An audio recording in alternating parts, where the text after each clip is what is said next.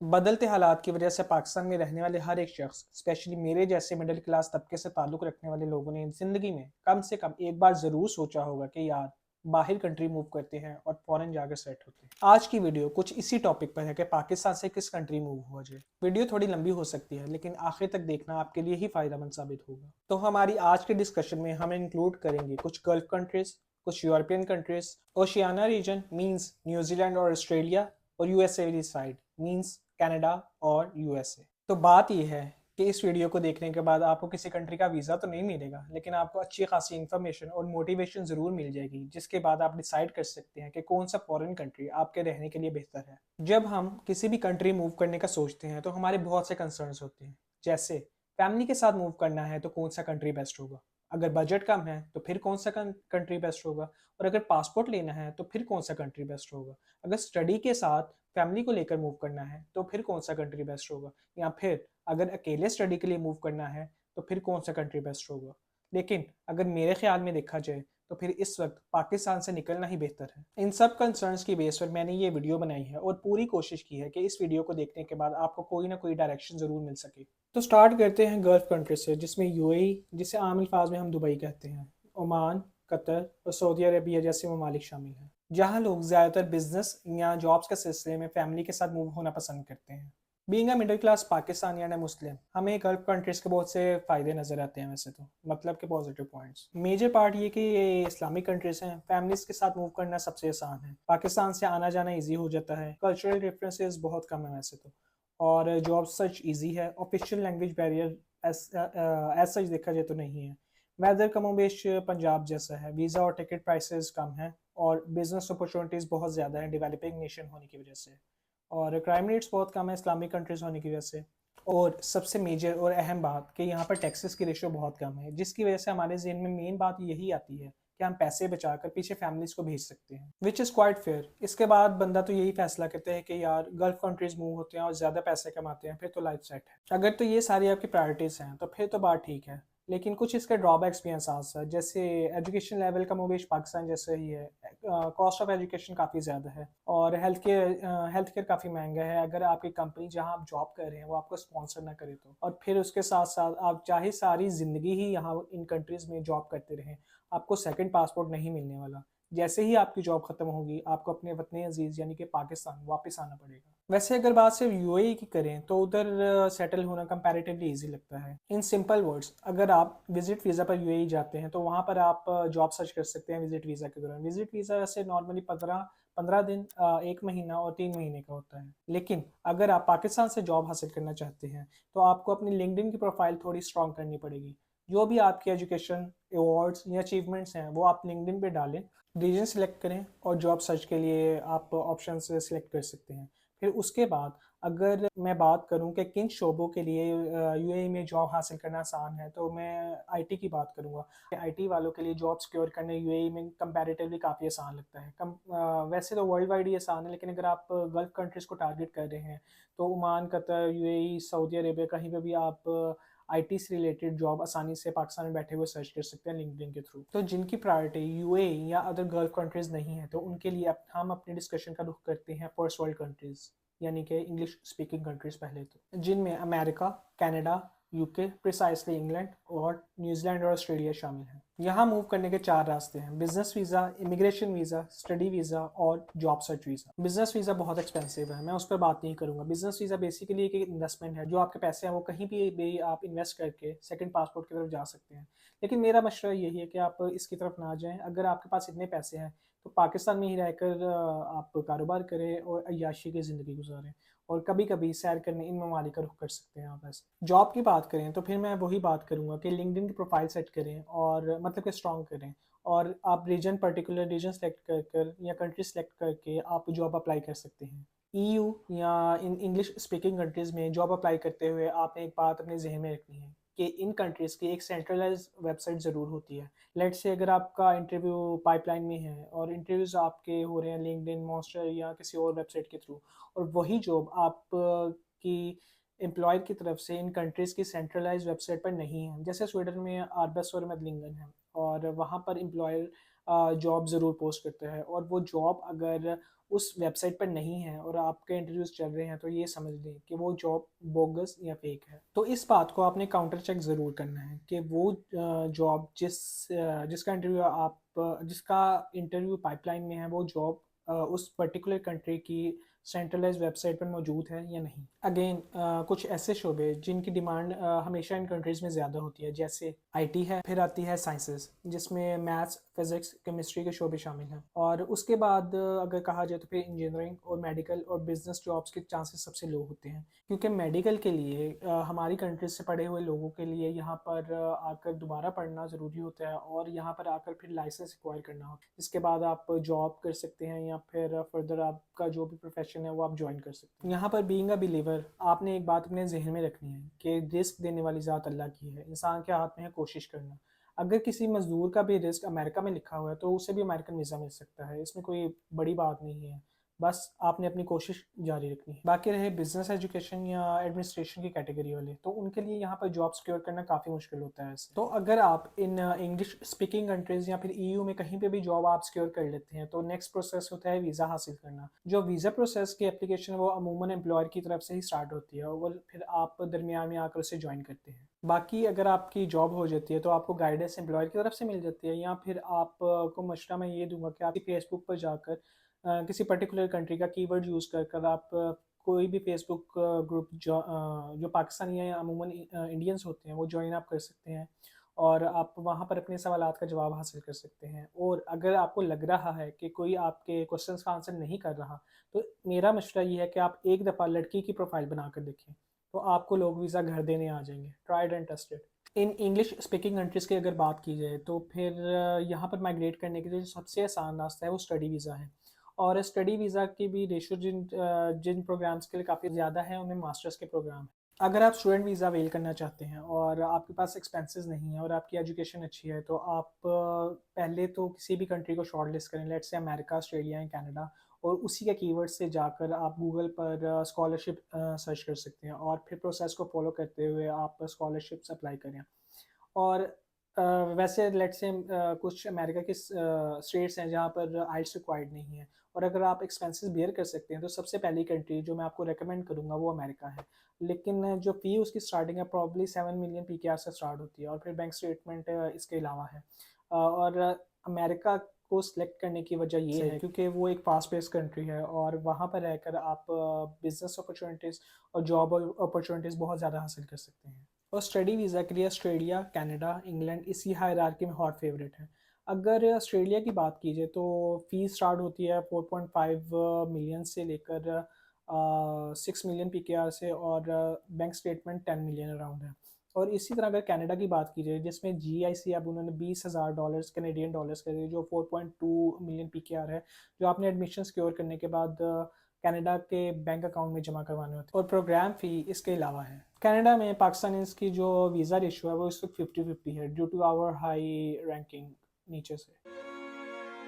Canada migrate करने का एक तरीका तो ये भी है कि आप एक्सप्रेस एंट्री के थ्रू अप्लाई करें और माइग्रेट करें, लेकिन एक्सप्रेस एंट्री के लिए आपकी एजुकेशन मिनिमम 18 ईयर्स होनी चाहिए, और आपका आइल्स जो है वो जनरल कैटेगरी में 8777 होना चाहिए, और प्लस पॉइंट अगर आपका ब्लड रिलेशन कोई कनाडा में है तो उसके भी पॉइंट्स आपको अलग मिलते हैं। आप ये पॉइंट्स कनाडा की ऑफिशियल वेबसाइट पर जाकर कैलकुलेट कर सकते हैं और अपनी प्रोफाइल बना सकते हैं, और फिर प्रोफाइल बनाने के बाद जो बात आपने भूलनी नहीं है वो है अल्लाह से ढेर सारी दुआएं करना। या फिर आप कनाडा के किसी भी पायलट प्रोग्राम में अप्लाई कर सकते हैं जो प्रोविंशियल लेवल का होता है, और वहाँ से आप नॉमिनेट होने के बाद आप स्टेट लेवल पर अप्लाई कर सकते हैं और माइग्रेट कर सकते हैं। और सबसे अहम बात कि इस वक्त पाकिस्तान में कनाडा के नाम पर बहुत सारे लोग बहुत आवाम को एक्सप्लॉइट कर रहे हैं, और मेरा यही मशवरा है कि आप अगर आप पढ़े लिखे हैं, ऑब्वियसली अगर आप कनाडा के लिए एक्सप्रेस एंट्री के लिए अपनी प्रोफाइल की तरफ जा रहे हो तो आप पढ़े लिखे हैं, आई एज्यूम, तो आपको बस आइल्स पर मेहनत दरकार है जो जनरल आइल्स की कैटेगरी 8777 है। और फिर आप को अगर प्रोग्राम वैसे तो सारा कुछ वेबसाइट पर मौजूद है, अगर आपको समझ नहीं आता आप फेसबुक पर किसी भी इंडियन या पाकिस्तानी किसी एक्सपर्ट सेंटर के ग्रुप को ज्वाइन कर सकते हैं, और फिर वही मशवरा, अगर आपको जवाब नहीं मिल रहे तो किसी दोशीज़ा की प्रोफाइल बनाकर आप ट्राई करें, शायद आपको जवाब मिल जाए। और अगर तो आपको लगता है कि आपकी प्रोफाइल बहुत स्ट्रॉन्ग है और आपका नाम एक्सप्रेस एंट्री में आ जाएगा, तो आप मेरे ख्याल से 8 से 10 महीनों के अंदर फैमिली समेत आप कनाडा अप्लाई कर सकते हैं। और अब अगर मैं इंग्लैंड की बात करूँ तो स्टूडेंट वीज़ा के लिए रिसेंटली यूके ने एक अमेंडमेंट की है कि आप स्टूडेंट वीज़ा के बाद फैमिली के साथ नहीं आ सकते। फ़ी की अगर बात करें तो 4.5 मिलियन से 7 मिलियन पीकेआर तक वेरी करती है, और बैंक स्टेटमेंट इसके अलावा है जो प्रॉब्ली अराउंड 10 मिलियन होती है। और फिर उसके बाद अगर मैं इन कंट्रीज़ में न्यूजीलैंड की बात करूँ तो न्यूजीलैंड में इस वक्त अपॉर्चुनिटीज़ काफ़ी कम हैं, और क्योंकि छोटा कंट्री है और एक्सपेंसिव भी है कॉस्ट ऑफ लिविंग, लेकिन फिर it depends upon the circumstances कि आपके हालात क्या हैं, किस शोबे में आप जा रहे हैं और आपकी एजुकेशन वगैरह क्या है। लेकिन फिर भी मैं आपको ये मशवरा दूंगा कि इन कंट्रीज़ में, इन इंग्लिश स्पीकिंग कंट्रीज़ में कहीं भी आपका वीज़ा लगे तो निकल लो भाई साहब। और अब आते हैं ईयू रीजन की तरफ, जिसको मैंने यहाँ पर शिफ्ट होने से पहले काफ़ी एनालाइज किया था। ईयू की कुछ कंट्रीज़ को मैंने इकोनॉमी वाइज और पाकिस्तानियों के लिए वीज़ा रेशो वाइज कैटेगराइज किया है। ईयू रीजन को मैंने दो कंट्री ग्रुप्स पर डिवाइड किया है, जिनमें पहला ग्रुप है फ्रांस, जर्मनी, नेदरलैंड्स, स्विट्ज़रलैंड और नॉर्डिक साइड, जिनमें फिनलैंड, स्वीडन, डेनमार्क और नॉर्वे शामिल हैं। जबकि दूसरे ग्रुप में शामिल हैं Austria, Poland, Belgium, Spain, Portugal और लग्जमबर्ग। अगर मैं पहले ग्रुप की कंट्रीज़ की बात करूँ तो मेन जो दो पर्क्स मुझे नज़र आते हैं वो ये है कि यहाँ पर टॉप क्वालिटी एजुकेशन है, और दूसरी बात ये कि यहाँ पर आप पार्ट टाइम जॉब्स कर कर भी अच्छे खासे गुजारे लग पैसे कमा सकते हैं और पैसे कुछ सेव भी कर सकते हैं। और अगर दूसरे ग्रुप की बात की जाए तो क्वालिटी एजुकेशन तो यहाँ की भी है, लेकिन आप पार्ट टाइम जॉब करके इतने पैसे अर्न नहीं कर सकते और ना ही आप पैसे सेव कर सकते हैं एजुकेशन के साथ। अगेन आपको यूरोपियन रीजन में कहीं पर भी एडमिशन मिलता है तो आप निकल लो भाई साहब। और यूरोपियन रीजन में एक ख़ास कंट्री जिसका नाम एस्तोनिया है, मैं उसका जिक्र करना चाहता हूँ। एस्तोनिया जो जिससे फिनलैंड का बॉर्डर लगता है, और यूके में सॉरी यूरोपियन यूनियन में ये आईटी का हब है।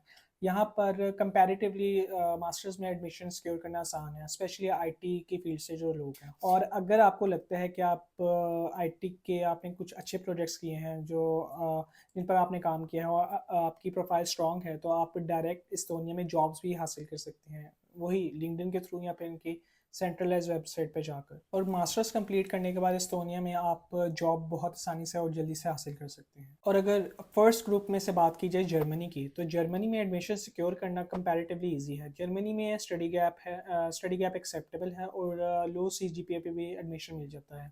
जर्मनी में पढ़ाई तो टोटली फ्री है, लेकिन आपको 10,000 यूरो का एक फिक्स डिपॉजिट अकाउंट खुलवाना पड़ता है।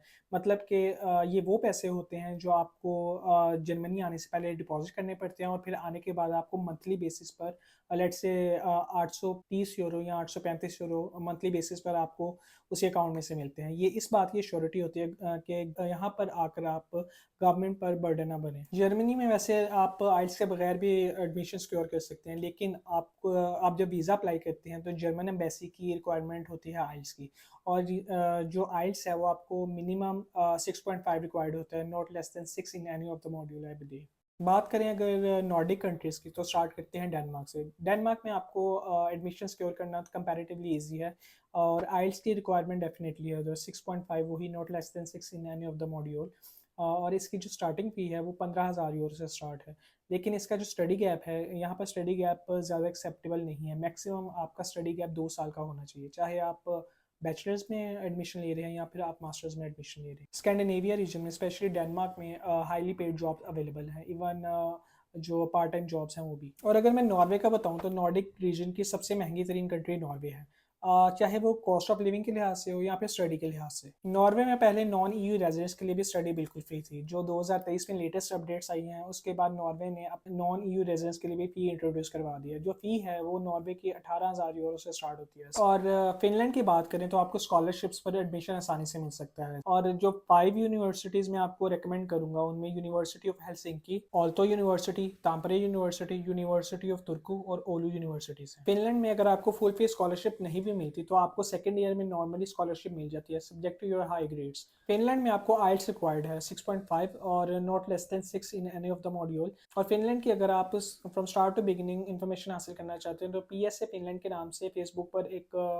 ग्रुप है वो आप ज्वाइन कर सकते हैं। फिनलैंड में आप फैमिली के साथ भी वीज़ा हासिल कर सकते हैं। Plus Finland is the happiest country in the world. और अगर पाथवे टूवर्ड्स पासपोर्ट की बात कीजिए तो आप मैक्सिमम 8 सालों में यहाँ पर पासपोर्ट हासिल कर सकते हैं। और फिनलैंड की जो एम्बेसी है वो पाकिस्तान में नहीं है, और इसके इंटरव्यू के लिए यानी कि वीज़ा इंटरव्यू के लिए आपको जाना पड़ेगा दुबई। और अब बात करते हैं स्वीडन की, जहाँ इस वक्त मैं रिहाइश पजीर हूँ। अगर आप स्टेम प्रोग्राम्स मतलब कि साइंसेस, टेक्नोलॉजी, इंजीनियरिंग और मैथमेटिक्स से बिलोंग करते हैं तो स्वीडन में एडमिशन लेने के लिए आपको आइल्स करने की ज़रूरत नहीं है। लेकिन मैं आपको फिर वही रिकमेंड करूँगा कि आप आइल्स कर लें, क्योंकि ये एम्बेसी इंटरव्यू में एक प्लस पॉइंट साबित होता है। स्टेम प्रोग्राम के लोग विदाउट आइल्स यहाँ पर टॉप यूनिवर्सिटीज़ में एडमिशन हासिल कर सकते हैं। लेकिन ऑन द अदर हैंड अगर मैं बिजनेस स्टूडेंट्स की बात करूँ, अगर वो मास्टर्स में एडमिशन हासिल करना चाहते हैं तो उनके लिए आइल्स करना ज़रूरी है, क्योंकि आइल्स के बगैर वो कुछ 5 या 7 यूनिवर्सिटीज़ में एडमिशन तो सिक्योर कर लेते हैं, लेकिन उनकी रैंकिंग इतनी हाई नहीं है।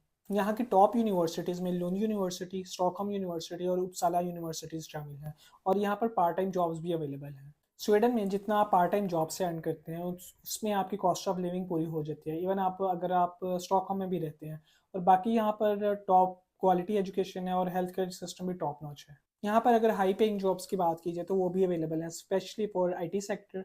और स्टूडेंट वीज़ा की बात की जाए तो यहाँ पर आप स्पाउस और बच्चों के साथ भी आप स्टूडेंट वीज़ा हासिल कर सकते हैं। लेकिन अगर लेटेस्ट अपडेट्स की बात की जाए तो इस वक्त पाकिस्तान में स्टूडेंट एम्बेसी जो है वो क्लोज्ड है, और एडमिशन सिक्योर करने के बाद आपको रुख करना पड़ता है एक अफ्रीकन कंट्री इथोपिया, जहाँ पर आपकी कॉस्ट आती है तकरीबन 5 से 6 लाख 4 लोगों के लिए। और बिजनेस अपॉर्चुनिटीज़ भी यहाँ पर अवेलेबल हैं वैसे तो। और पाथवे टूवर्ड्स पासपोर्ट की बात की जाए तो मास्टर्स के 2 साल स्टडी करने के बाद आप पासपोर्ट 6 साल में हासिल कर सकते हैं। और अगर आप बिजनेस करना चाहते हैं मास्टर्स के बाद तो यहाँ पर आप 4 साल में भी पासपोर्ट हासिल कर सकते हैं। और स्वीडन में एडमिशन कैसे सिक्योर करना है और वीज़ा प्रोसेस की इन्फॉर्मेशन के बारे में मैं आपको अपने नेक्स्ट व्लॉग में फिलहाल बताऊंगा। ईयू के ड्रॉबैक्स की बात की जाए तो मुझे यहाँ का सबसे बड़ा जो मसला नजर आता है वो यहाँ का लैंग्वेज बैरियर है। हर ईयू कंट्री की अलग लैंग्वेज है, जिसके बगैर यहाँ पर स्टडीज़ के दौरान इवन पार्ट टाइम जॉब्स हासिल करना भी काफ़ी मुश्किल हो जाता है बाज़ औक़ात। लेकिन कुछ फील्ड्स ऐसी भी हैं जहाँ पर लैंग्वेज बैरियर आपको नहीं मिलता, जैसे आईटी की फील्ड है। आप आईटी की फील्ड में कहीं पर भी जॉब्स जो हैं वो बगैर लैंग्वेज बैरियर के हासिल कर सकते हैं। लेकिन कुछ कंट्रीज़ ऐसी भी हैं जिनकी सेकंड लैंग्वेज इंग्लिश है, जैसे नेदरलैंड्स, नॉर्वे, डेनमार्क और स्वीडन। यहाँ की ये जो कंट्रीज़ हैं यहाँ पर तकरीबन 90% लोग जो हैं वो उनको इंग्लिश भी आती होती है। ऑन द अदर हैंड अगर देखा जाए तो हर कंट्री जो है वो अपनी लैंग्वेज की एजुकेशन वो आपको फ्री प्रोवाइड करती है। और अगर मैं बात करूँ स्टडी वीज़ा पर फैमिली के साथ मूव होने की, तो कुछ कंट्रीज़ हैं जो आपको स्टडी वीज़ा पर फैमिली के साथ मूव होना अलाउ करती हैं, जिनमें अमेरिका, स्वीडन और फिनलैंड शामिल हैं। जबकि कनाडा में आपको अपनी फैमिली को मूव करवाने के लिए 1 डेढ़ साल तक इंतज़ार करना पड़ सकता है, वो भी आपकी अर्निंग पर डिपेंड करता है। उसके बाद अगर ऑस्ट्रेलिया की बात करें उसमें भी 1 डेढ़ साल फैमिली को मूव करवाने में लग सकता है। और अगर यूके की बात करें तो रिसेंटली जो अमेंडमेंट हुई है उसमें आप फैमिली को नहीं बुलवा सकते हैं। इसी तरह अगर आप जर्मनी की बात करें उसमें भी 1 डेढ़ साल आपको रिक्वायर्ड होता है फैमिली को बुलवाने के लिए। और इन द एंड मैं एक बहुत ही अहम बात करना चाहता हूँ, वो ये कि बीइंग अ मुस्लिम आप जब भी इस तरह का कोई भी लाइफ चेंजिंग डिसीजन लेते हैं तो आप मशवरा ज़रूर करें। मशवरा करना एक तो सुन्नत है, और दूसरी बात है कि इससे आपको दूसरों की राय के बारे में पता चल जाता है। और एक ये कि आप इस्तिखारा ज़रूर करें। इस्तिखारे के ज़रिए से आप अल्लाह से मदद मांग सकते हैं। अपनी अगली वीडियो में मैं बात करूँगा कि स्वीडन या फिनलैंड में कैसे मूव हुआ जाए, और अगली वीडियो में मैं बताऊंगा कि इस स्टूडेंट में स्टूडेंट वीज़ा आपने कैसे हासिल करना है, और वीज़ा कैटेगरीज के बारे में बताऊंगा। और दूसरी बात ये कि अगर ये 2 कंट्रीज़ आपकी फहरिस्त में शामिल हैं तो आप अपने चैनल सब्सक्राइब कर सकते हैं और वेट कर सकते हैं नेक्स्ट वीडियो का। तो मिलते हैं अगली वीडियो में इंशाल्लाह, तब तक के लिए अल्लाह हाफिज़।